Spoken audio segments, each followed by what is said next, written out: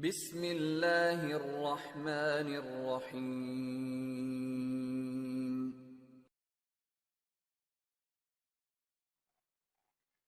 Hello student, welcome to a class. हम account quiz की series बना रहे हैं, अकाउंटिंग क्विज की। इसमें अकाउंट की पहली भी कह सकते हैं आप इसे। ये जो क्विज चालू है मल्टीपल चॉइस है। इसमें आपके बेसिक जो जनरल नॉलेज है अकाउंट के ऊपर वो हम डिस्कस करते हैं पर्टिकुलर टॉपिक लेके। तो आज जो हमने टॉपिक लिया है ये बिल्स ऑफ एक्सचेंज का टॉपिक लिया हुआ है। तो इसके बेसिक क्वेश्चंस होंगे, बेसिक आंसर आप देने की कोशिश करें। तो चलते हैं हमारे क्वेश्चन की तरफ। तो पहला क्वेश्चन है, the person on whom the bill is drawn is called as dash, and your option is drawer, drawee, pay, endorsee, and your time start now.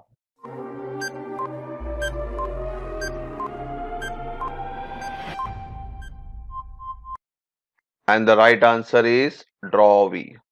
तो जिसके ऊपर बिल ड्रॉ होता है तो वो हो जाता है ड्रॉवी, और जो बिल ड्रॉ करता है वो हो जाता है आपका ड्रॉवर। ठीक है बच्चों, अब चलते हैं अगला क्वेश्चन की तरफ। There are dash parties to bills of exchange. आपके ऑप्शन है 1 पार्टी होती है, या 2, या 3, या 4, and your time start now.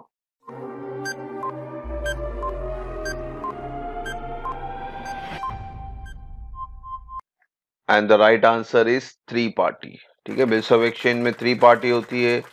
एक तो जो बिल बनाता है, एक जिसके ऊपर बिल ड्रॉ होता है, और एक जो जिसको पैसा मिलने वाला होता है। जरूरी नहीं है जो बिल ड्रॉ करे उसे ही पैसा मिले, किसी थर्ड पर्सन को भी पैसा मिल सकता है। तो इसलिए there are 3 parties in bills of exchange. Congratulation जिसने राइट आंसर दिया। अगला क्वेश्चन की तरफ चलते हैं। नेक्स्ट क्वेश्चन बोलता है, noting charges are borne by, यानी नोटिंग चार्जेस कौन पेड करता है। And your option is notary public officer, drawer, drawee, या endorsee.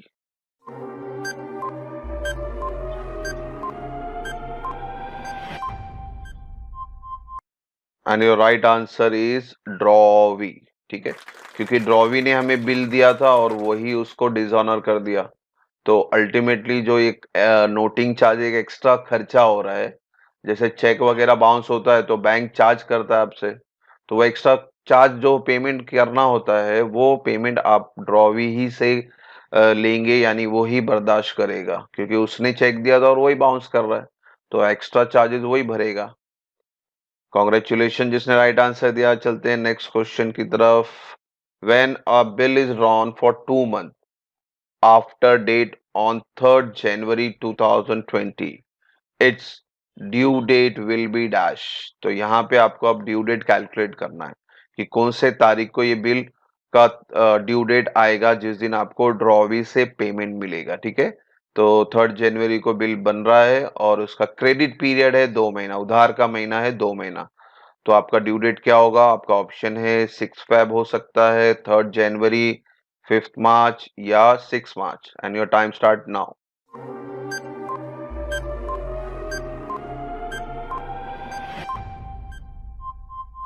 And the right answer is 6 March. ठीक है, तो बच्चों ये 6 मार्च किस तरह से है, इसका कैलकुलेशन आपको बता दो एक बार, बहुत आसान है। अब रफ में डेट मंथ ईयर लिखें, डेट ऑफ बिल शुरू करें, 3rd जैन था, 3rd जैन 2020। इसके अंदर क्रेडिट पीरियड 2 मंथ है, उसको भी ऐड करें। और गवर्नमेंट की तरफ से जब बिल ड्रॉ होता है तो आपको एक्स्ट्रा 3 दिन और मिलता है। वो एक्स्ट्रा 3 दिन को हम ग्रेस डे बोलते हैं। तो इस तरह से आप प्लस कर ले सबको। सो डेट में 3 + 3 6, और मंथ में 1 + 2 3, यानी 6 मार्च 2020। तो इस तरह से आपका ड्यू डेट आता है 6 मार्च। ठीक है, क्रेडिट पीरियड और ग्रेस डे आपको डालना है हर बिल में 3 दिन एक्स्ट्रा। तो इस तरह से कैलकुलेशन हो गया बिल्स ऑफ एक्सचेंज का। अब चलते हैं नेक्स्ट क्वेश्चन की तरफ। The person who accept the bill treats the bill as dash, and option is bill receivable, draft, bills payable, और promissory note, and your time start now.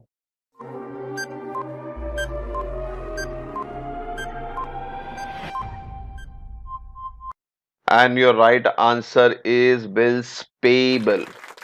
A person who accept, जो bill accept करता है यानी वो draw भी होता है, और ड्रॉ भी बिल एक्सेप्ट कर रहा है यानी वो बोल रहा है कि भाई इस बिल का पेमेंट मैं करूंगा बाद में, that is why it is called as bills payable. ठीक है बच्चों, अब चलते हैं अगला क्वेश्चन की तरफ। व्हेन एक्सेप्टर और ड्रॉवी, जो बिल एक्सेप्ट करता है, does not pay the amount of bill to the holder on the due date, it is known as dash, and your option is returning, discounting, honoring, and dishonoring, and your time start now.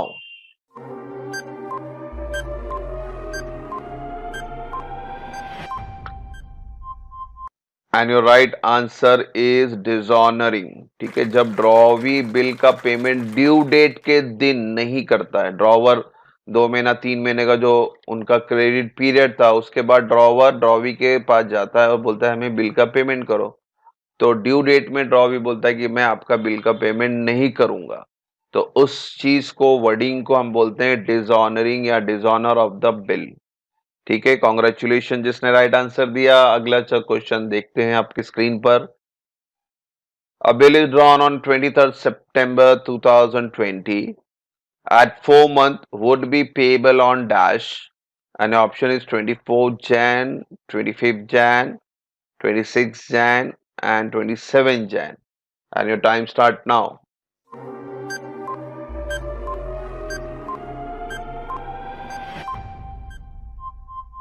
And the right answer is 25th January. तो यहाँ पे भी आपको calculation पूछा गया था, आपका bill जो बन रहा है वो 23 सितंबर को है, और यहाँ पे उधार का दिन है 4 महीना। ठीक है, तो इसका भी कैलकुलेशन बता दूं यहाँ पे बच्चों, ध्यान से देखना, इसका इंपॉर्टेंट है बहुत ये। डेट मंथ ईयर लिख लेंगे, आपका डेट ऑफ बिल 23 सितंबर यानी 9वां महीना है, तो सबसे पहले क्रेडिट पीरियड यानी 4 महीना उसको ऐड कर लेंगे, मंथ कॉलम में लिखेंगे, और क्या बताया था मैंने, 3 दिन एज अ ग्रेस डे। तो कैलकुलेशन करेंगे तो ये 23 + 3 26, तो 9 + 4 यानी सितंबर के बाद 4 महीना ऐड करना, अक्टूबर नवंबर दिसंबर। अब यहाँ पे साल बदल रहा है, तो दिसंबर के बाद क्या है, जनवरी, तो 26 जनवरी 2021। यहाँ पे देखो 2020 लिखा था, साल दिसंबर क्रॉस हो गया, इसलिए यहाँ पे डेट पे ध्यान देना, आपको 2021 लिखना है। मगर बच्चों ड्यू डेट तो 26 जनवरी आ रहा है, मगर मैंने आंसर 25 जैन लिया है, तो इसलिए मैंने ये इंपॉर्टेंट बोला था। Why? Because if the due date is on national holiday, आपका नेशनल हॉलीडे क्या है, 26 जनवरी, it is your republic day, और एक नेशनल हॉलीडे आता है हमारा 15 अगस्त, इंडिपेंडेंट डे, और फिर और एक आता है 2 अक्टूबर, ठीक है, महात्मा गांधी जी जयंती। तो ये 3 अगर आपका नेशनल हॉलीडे पे आपका ड्यू डेट अगर आता है, जैसे ये 26 जनवरी आ रहा है, तो if the due date is on national holiday then you have to reduce 1 day from the due date, तो इसलिए हमने 26 जनवरी में एक दिन कम कर दिया, that comes to 25th of January. तो आप नेशनल हॉलीडे आप याद रखें, ये है 26 जनवरी, 15 अगस्त और 2 अक्टूबर।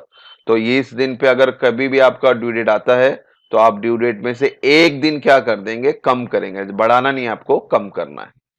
तो होप सो ये समझ में आ रहेगा। अभी चलते हैं अगले क्वेश्चन की तरफ। Dash means payment of the bill before due date, यानी ड्यू डेट के दिन से पहले ही, 1 महीना पहले या 2 महीना पहले वो ड्रॉ भी आके आपको बिल का पेमेंट करता है, तो उसे क्या कहते हैं? And your option is renewal of a bill, discounting of bill, endorsement of bill, retirement of bill. And your time start now.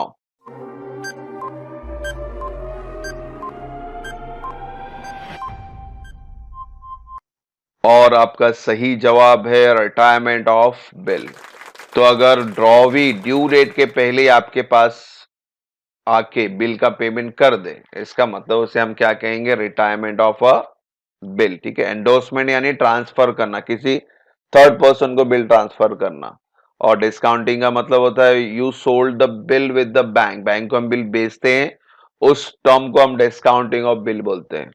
और रिन्यूअल का मतलब होता है ड्रॉवी चाहता है कि भाई आपको क्रेडिट पीरियड बढ़ाने के लिए कह रहा है, पहले आपने 2 महीना दिया था, फिर 2 महीने बाद आके आके आके आपको बोलेगा कि भाई और 1 महीना बढ़ा दो, तो वो प्रोसेस को हम रिन्यूअल ऑफ बिल बोलते हैं।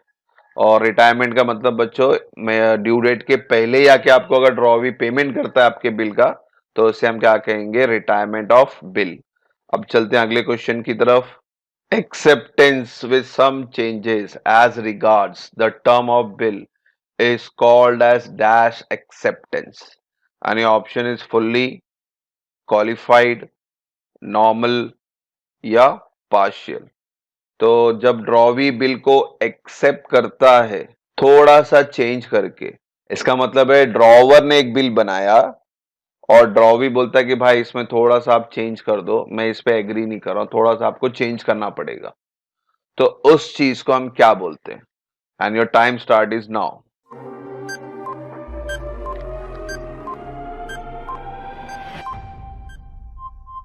And the right answer is qualified acceptance.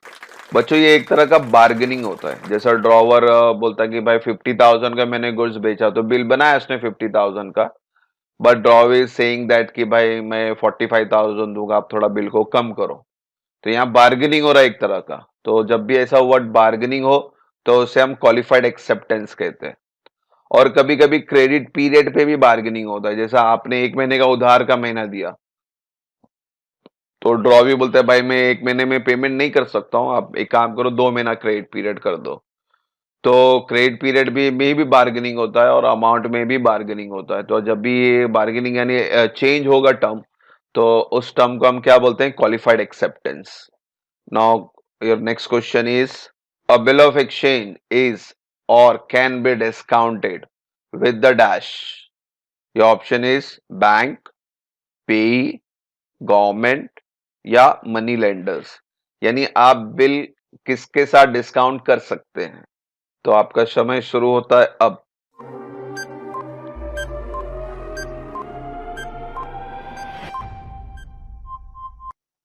And the right answer is bank. तो आप डिस्काउंट विद बैंक यानी आप बैंक को जाके बिल जो ड्रॉवी से मिला था ना, आप जाके बेच सकते हो और बैंक से ऑन द स्पॉट पेमेंट ले सकते हो। जैसे आपका क्रेडिट पीरियड आपने 3 महीना दिया और 3 महीने बाद ड्रॉवी पेमेंट करेगा, मगर पैसे की जरूरत आपको आज ही पड़ गई, तो ड्रॉवी तो पेमेंट नहीं करेगा, ड्रॉवी तो 3 महीने बाद ही अपनी शक्ल दिखाएगा। तो आज पैसे की जरूरत पड़ गई, तो आपके पास ये ऑप्शन है कि आप बिल लेके जाए बैंक के अंदर और बैंक को आप बेच सकते हो एक तरह से, और बैंक आपको तुरंत ऑन द स्पॉट पैसा देगा, थोड़ा सा पैसा कम करके देगा। That is why it is called as discounted. यहाँ पे इसलिए वर्ड आया डिस्काउंटेड। तो जैसा 50,000 का बिल है, तो आपको बैंक शायद 46,000 या 47,000 रुपीज दे, तो हमारी जरूरत तो पैसे की पूरी होगी, हाँ थोड़ा सा पैसा कम होगा, और उस पैसे कम होने के लिए वर्ड आता है डिस्काउंटेड। तो ये लीगल डॉक्यूमेंट है, तो कोई भी बैंक इसे एक्सेप्ट कर सकता है। तो इस तरह से आज हमने 10 क्वेश्चन किए बिल्स ऑफ एक्सचेंज के ऊपर। जो बेसिक बेसिक जो कैलकुलेशन या टर्म्स है वो बताया मैंने आपको। इसके ऊपर ब्रीफ नॉलेज लेना है बिल्स ऑफ एक्सचेंज के ऊपर, तो ऊपर आई बटन दिख रहा है, तो वहां पे आप क्लिक करेंगे तो बिल्स ऑफ एक्सचेंज के ऊपर पूरा चैप्टर आपको वीडियो मिल जाएगा। एचएससी बोर्ड के भी और थियरी भी आपको मिल जाएंगे, तो वहां से भी आप देख सकते हैं। तो होप सो सबने 10 के 10 क्वेश्चन के आंसर राइट दिए हों। जिससे राइट नहीं दिए उसको थोड़ा पढ़ें, रिवाइज करें।